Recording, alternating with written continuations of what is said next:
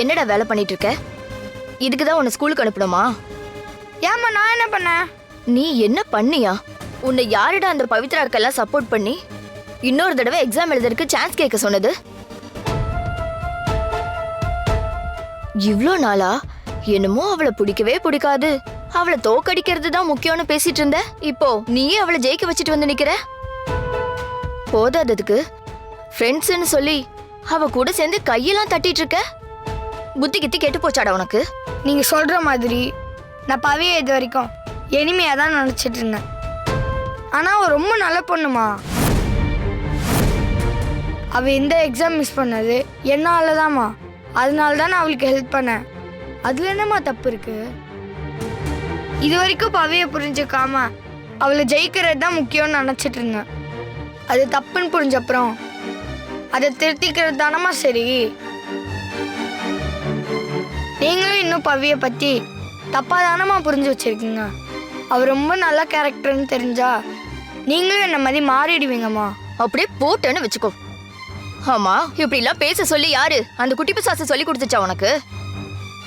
அவ நல்லா நடிச்சு இங்க இருக்கிற ஒவ்வொருத்தரையும் அவ பக்கம் செட்டு சேர்த்துட்டு இருக்கா. அது தெரியாம அவளுக்காக வரைஞ்சு கட்டிட்டு வந்துட்டான் பாரு பேசுறதுக்கு. இங்க பாரு, நான் சொல்றத நல்ல மண்டையில ஏத்திக்கோ. என்னைக்கா இருந்தாலும் இந்த வீட்டையும் இந்த குடும்பத்தையும் பொறுத்த வரைக்கும் அவ யாரோதான், புரியுதா? டே அர்ஜுன், நானும் கூட அவள் என்னை சத்தியம் பண்ண சொன்னப்ப அவள் பக்கம் கொஞ்சம் இறங்கி வர தான் செஞ்சேன். ஆனால் உங்கள் அம்மா சொல்கிறதுலையும் ஒரு அர்த்தம் இருக்குடா. அந்த பொண்ணு எப்பவுமே அவளுக்கு என்ன சரியோ அதை மட்டும்தான் செய்வாள். மற்றவங்கள பற்றி யோசிக்கிற குணம் அவளுக்கு கிடையாது. அதனால் உங்கள் அம்மா சொல்கிற மாதிரி கேட்டு நடந்துக்க. டேய், அதுதான்டா நமக்கும் நல்லது. கேட்டல்ல, உன் அப்பாவே சொல்லிட்டாரு.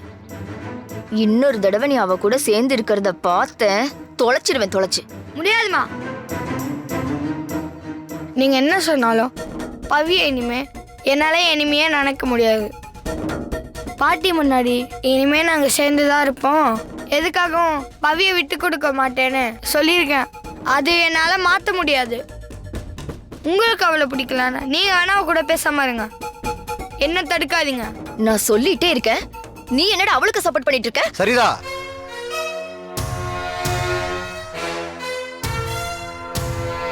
என்ன பழக்கம் இது?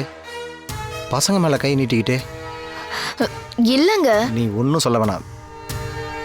டே அர்ஜுன், நீ போ.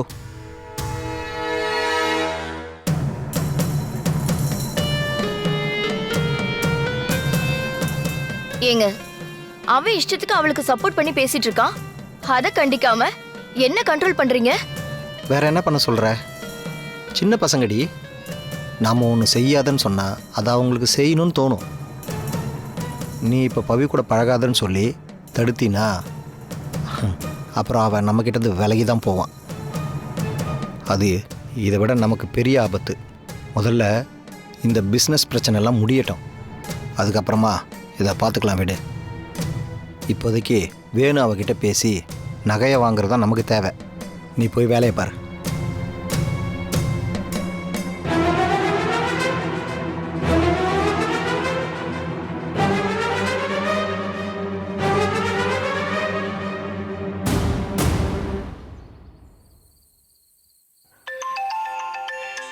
யாரு? அத்தை தான் கூப்பிடுறாங்க.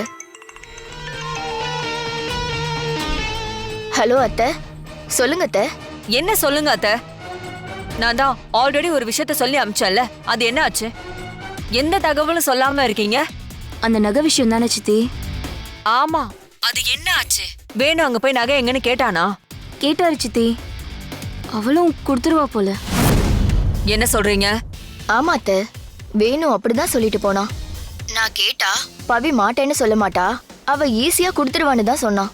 அதனால ஒன்னும் பிரச்சனை இல்ல அத்தை, நகை நம்ம கிட்ட வந்துடும்.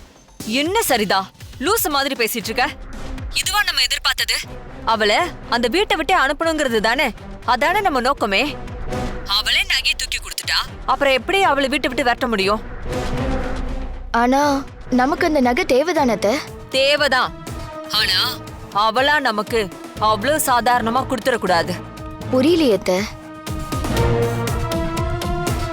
நான் சொல்றத நல்ல தலையில ஏத்திக்கோங்க. பவித்ராவே நகையை எடுத்துட்டு வந்து வேணுகிட்ட கொடுத்துட்டா. அதனால வேணுவுக்கு அவ மேல நல்ல மதிப்பு வந்துரும். அதுவே அவளை அங்கிருந்து விரட்ட முடியாத மாதிரி ஆயிடும். அவளே நகைய குடுக்கறேன்னு வந்தாலும் நீங்க அதுக்கு இடம் கொடுக்காதீங்க. எப்படியாவது ஒரு பிரச்சனை பண்ணி அந்த நகைய கஷ்டப்பட்டு வாங்கின மாதிரி தான் சீன் கிரியேட் பண்ணணும். ஒருவேளை அவ நகையை கொடுக்க மாட்டேன்னு சொன்னா நமக்கு அந்த வேலை மிச்சம். அத ஊதி பெருசாக்கி வேணுவுக்கு அவ மேல கோவம் வர மாதிரி பண்ணிடுங்க. புரியுதா? எனக்கு புரியுது சித்தி. மொத்தத்துல அவளே தரேன்னு சொன்னாலும் சண்டை போட்டு தான் அந்த நகையை வாங்கணும், அதானே? ஆமா, அத நீயே சரிதா கிட்ட சொல்லி புரிய வை.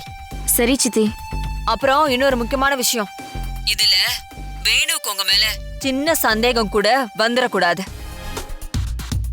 இது எல்லாத்தையுமே அந்த பவித்ராவ இங்க இருந்து விரட்டுற நோக்கத்துலதான் செய்றீங்கன்னு அவனுக்கு தெரிஞ்சது. அப்புறம் வேணுவே அந்த நகைய வேண்டான்னு சொல்லிடுவான். கடைசியில நாம தான் தோத்து போய் நிப்போம்.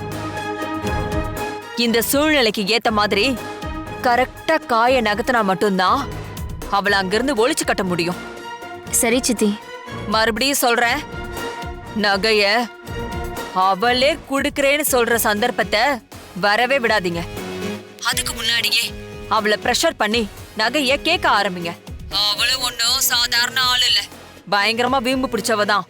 அதனால நீங்க குடுக்கற பிரஷர்லயே அவ அந்த நகைய குடுக்கறதா வேண்டாமான்னு யோசிக்க ஆரம்பிக்கணும். இத மட்டும் நீங்க கரெக்டா பண்ணிட்டீங்கன்னா எந்த வேணும் அவளை தலையில தூக்கி வச்சு கொண்டாடுறானோ அவனே அவளை வீட்டை விட்டு வெளியில அனுப்பிடுவான். அதை விட முக்கியமான விஷயம், சொல்லுங்க சித்தி. நாளைக்கு நம்ம வீட்ல பெரிய ரகளையே நடக்க போகுது. அப்போ பவித்ராவுக்கு ஆதரவா யாரு இருக்காங்களோ அவங்க யாருமே அந்த வீட்ல இருக்க கூடாது. குறிப்பா அந்த ரோஜா, அவளுக்கு எப்படியாவது ஒரு 2 நாள் லீவு கொடுத்து அவளை எங்கேயாவது அமுச்சு வச்சிருங்க. புரியுதா? புரியுது சித்தி. நான் காலையில உங்களுக்கு ஃபோன் பண்றேன். மத்ததெல்லாம் அப்புறம் பேசிக்கலாம். சரி சித்தி.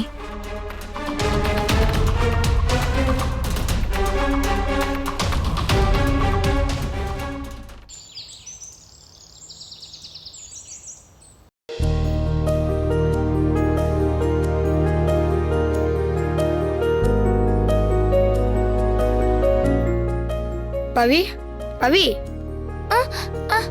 வா அர்ஜுன். நான் உன்கிட்ட உனக்கு சொல்லவா பவி? என்ன? நேற்று வேணுமாம்மா உன்கிட்ட பிஸ்னஸ்க்காக நகை கேட்டிருந்தாங்கன்னு சொன்னேன்ல. என்ன கேட்டா அவருக்கு நீ அதை கொடுத்து ஹெல்ப் பண்ணுறது தான் கரெக்டுன்னு தோணுது பவி. எனக்கு உன்னை பற்றி நல்லாவே தெரியும். நீ எல்லாருக்கும் ஹெல்ப் பண்ணுற கேரக்டர் தான். ஏன் உன்னை எனிமையாக பார்த்த எனக்கே அவ்வளோவா ஹெல்ப் பண்ணியிருக்க. அதே மாதிரி மாமாவுக்கு அந்த நகையை கொடுத்து ஹெல்ப் பண்ணுறியா பவி? நான் என்ன என் மனசுல நினைச்சிட்டு இருந்தேனோ அதையே நீயும் சொல்லியிருக்க. சித்தப்பா யாருக்காக அதை கேக்குறாரு? நம்ம கம்பெனியோட பிசினஸ்க்கு தானே. அத கூட நான் கொடுக்கலன்னா எப்படி? நானே அவர்கிட்ட இதெல்லாம் சொல்லலாம் தான் இருந்தேன். நீயும் கரெக்டா அதை சொல்லிட்ட. சூப்பர் பவி. அப்போ வா 2 பேரும் போய் இந்த ஹாப்பி நியூஸை வேணுமாமா கிட்ட சொல்லுவோம். சரி அர்ஜுன்.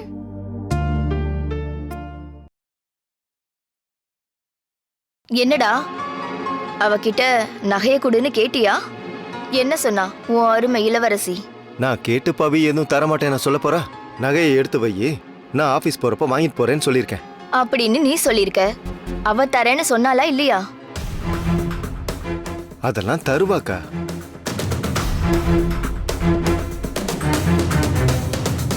நீ என்னமோ அவ லேஸ்ல தந்துருவான்னு நினைச்சிட்டு இருக்க. ஆனா எனக்கு அந்த நம்பிக்கை சுத்தமா இல்லடா. அதானே, நல்லவளா இருந்தா நேத்தே கொடுத்துருக்க வேண்டியதானே.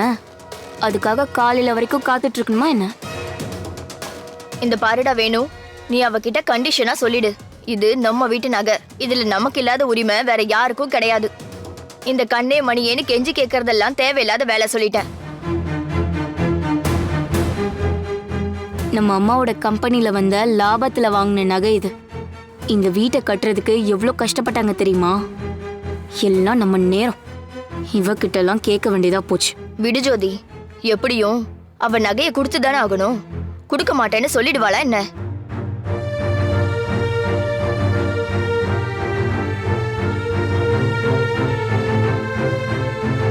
வா பவி. என்னடா காலையிலே நகையை தந்துருவான்னு சொன்ன, இவ என்னமோ வெறும் கையை வீசிட்டு வரா. ஏய், நகை எங்கடி? இப்ப எடுத்துட்டு வாடி. அத்தை, நான் சித்தப்பாவோடய பேசிக்கிறேன், நீங்க விடுங்க அத்தை. என்ன நீங்க விடுங்க?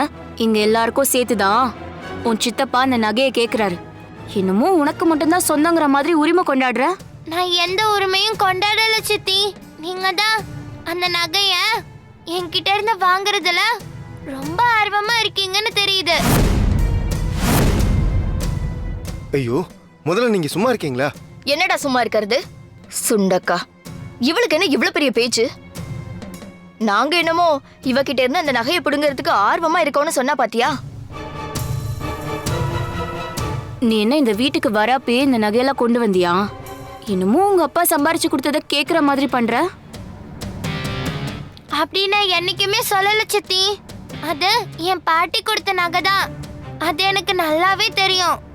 ஆனாலும் பாட்டி அத என்ன நம்பி தானே கொடுத்தாங்க, உங்களை நம்பி கொடுக்கலையே.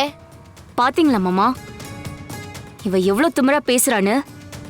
இன்னமும் அம்மாக்கு நம்ம மேலெல்லாம் நம்பிக்கை இல்லாத மாதிரியும் இவ ஒருத்தியதான் அவங்க நம்புற மாதிரியே பேசுறா பாருங்க. அவ சொல்றது உண்மைதான ஜோதி. அத்தை நம்மள நம்பலதான். அதுக்கு காரணம் நாமளா இருந்தோம். ஆனா இவ நல்ல நடிச்சே அவங்கள ஏமாத்தினால, அதான் இப்போ இந்த பேச்சு பேசுறா. அப்படி பேசாதீங்க அத்தை. நான் ஒன்னும் நடிச்சு யாரையும் ஏமாத்தல. உன்னை பத்தி எனக்கு தெரியாதா? நைஸா பேசி அவங்க மனச களைச்சு அது மூலமா 300 பவுன் நகைய உனக்கு சொந்தமாக்கிக்கிட்டேல்ல. அப்பப்பா, பரம்பரை திருடிக்கு கூட இப்படி இருக்காதுப்பா. அக்கா, யாரு? நான் திருடியா? நீங்க தான் அந்த நகையை எனக்கே தெரியாம என் ரூம்ல இருந்து திருடிட்டு போக பாத்தீங்க.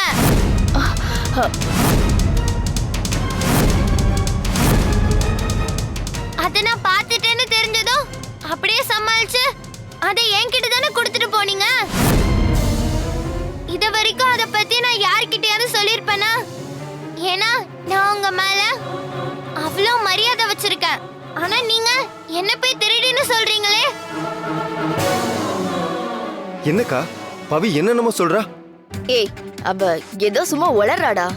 அன்னைக்கு இவ அந்த நகை எல்லாத்தையும் வீட்டுக்குள்ளே எடுத்து போட்டுட்டு இருந்தால. சின்ன பொண்ணா இருக்காளே, ஏதாவது மிஸ் ஆகிட போகுதுன்னு நாங்க பத்திரமா எடுத்து வச்சோம். அதுக்கு உடனே எங்க மேல திருட்டு பட்டம் கட்டுறா பாத்தியா இவ. நீ சொன்ன மாதிரி இருக்கட்டும் டி. எங்க வீட்டு நகைய நாங்க எடுத்து பார்க்க உரிமை இல்லையா? கடவுளே, கொஞ்ச நேரம் சும்மா இருக்கீங்களா நீங்க ரெண்டு பேரும்? நீ என்னடா எங்க வாய அடைக்க பாக்குற? இத்து நூண்டு இருந்துகிட்டு இவ இந்த பேச்சு பேசுறா. அவள ஒரு வார்த்தை கூட சொல்றதுக்கு உனக்கு வாய் வரல இல்ல? எங்களை திட்டுறதுக்கு மட்டும் வந்துட்ட. ஏய், ஒழுங்கு மரியாதையா போய் அந்த நகையெல்லாம் எடுத்துட்டு வந்துரு. இல்ல உன்னை உண்டு இல்லன்னு ஆக்கிடுவேன்.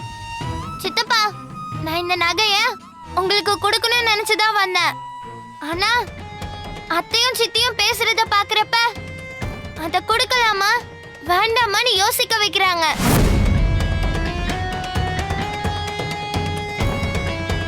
அன்னைக்கு இப்படிதான் பாட்டி அந்த நகையை எனக்கு போடுறப்ப இவங்க கோவிலுக்கு வந்து கத்தி பிரச்சனை பண்ணாங்க. அதனால பாட்டி எவ்வளவு ஃபீல் பண்ணாங்கன்னு எனக்கு தான் தெரியும். அத மனசுல வச்சுட்டு தான் இப்படி பேசுறாங்களோன்னு எனக்கு தோணுச்சு சித்தப்பா. என்னடி உன் இஷ்டத்துக்கு பேசிட்டு போயிட்டே இருக்க? ஐயோ, எல்லாரும் கொஞ்ச நேரம் அமைதியா இருக்கீங்களா?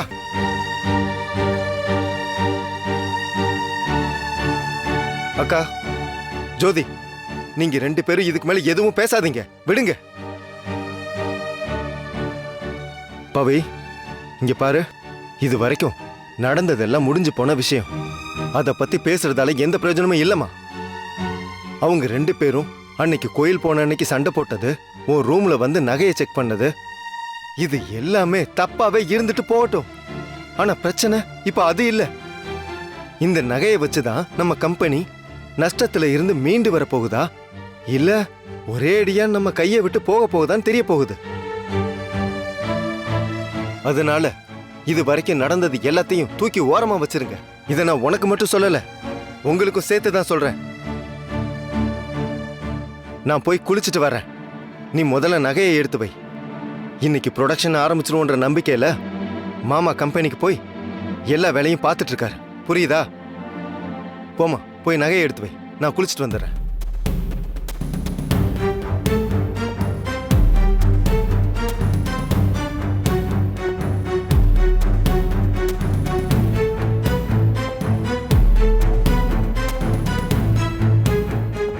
ஐயோ, அவளே நகையை கொடுக்குறேன்னு தானே வந்தா.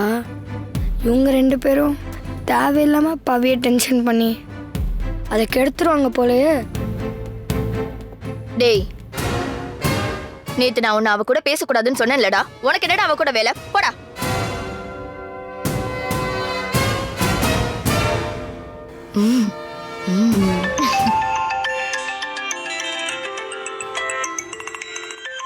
சித்தி கால் பண்றாங்க. வா வா.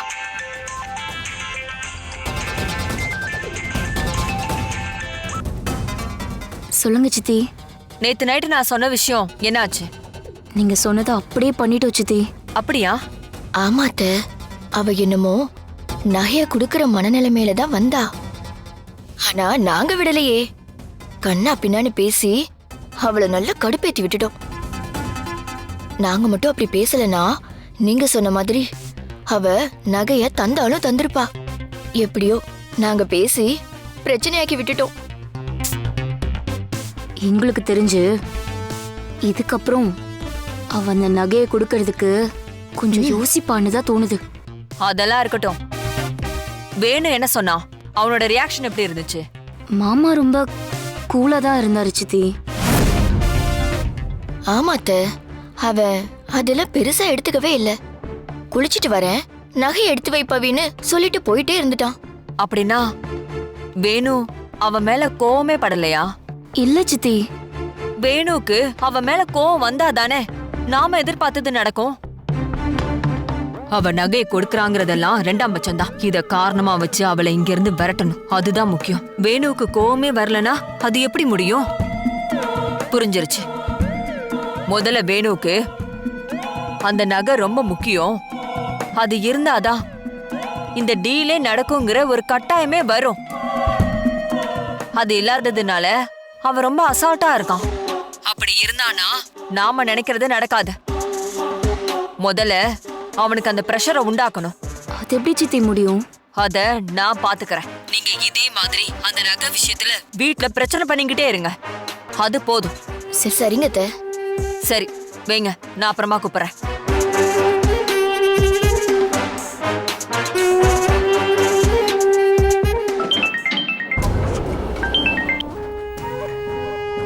சொல்லுங்க மேடம். நீங்க உடனே கிளம்பி ரம்மாவோட கம்பெனிக்கு போங்க. ஏன் மேடம், என்ன விஷயம்? இன்னும் வேணுவுக்கு இந்த டீலோட சீரியஸ்னஸ் புரியல. அத புரிய வைக்கதான் உங்களை அங்க போக சொல்றேன். அங்க போய் நான் சொல்ற மாதிரியே பேசுங்க. இப்ப நாங்க அங்க போய் என்ன செய்யணும் மேடம்?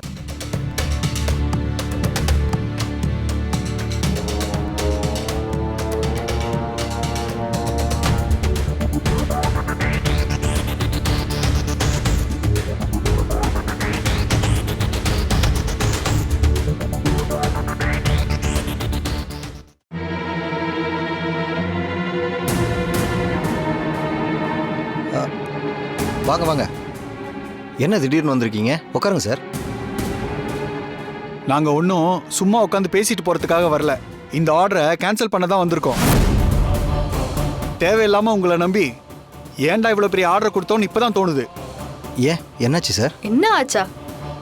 வெளியில விசாரிச்சு பார்த்தா உங்க கம்பெனியை பத்தி அவ்வளவு மோசமா சொல்றாங்க.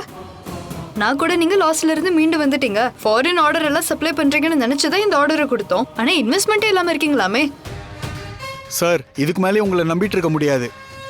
பேசாம இந்த ஆர்டரை கேன்சல் பண்ணிக்கலாம். சார், என்ன சார் கடைசி நேரத்தில் வந்து இப்படி சொல்கிறீங்க? உங்ககிட்ட யாரோ கம்பெனியை பற்றி தப்பு தப்பாக சொல்லியிருக்காங்கன்னு நினைக்கிறேன். தயவு செஞ்சு அதெல்லாம் நம்பாதீங்க சார். நாங்கள் தான் ஆல்ரெடி உங்களுக்கு 50 லட்ச ரூபாய்க்கு சரக்கு அனுப்பி வச்சுருக்கோமே. அப்புறம் என்ன சார் எங்கள் மேலே சந்தேகம்?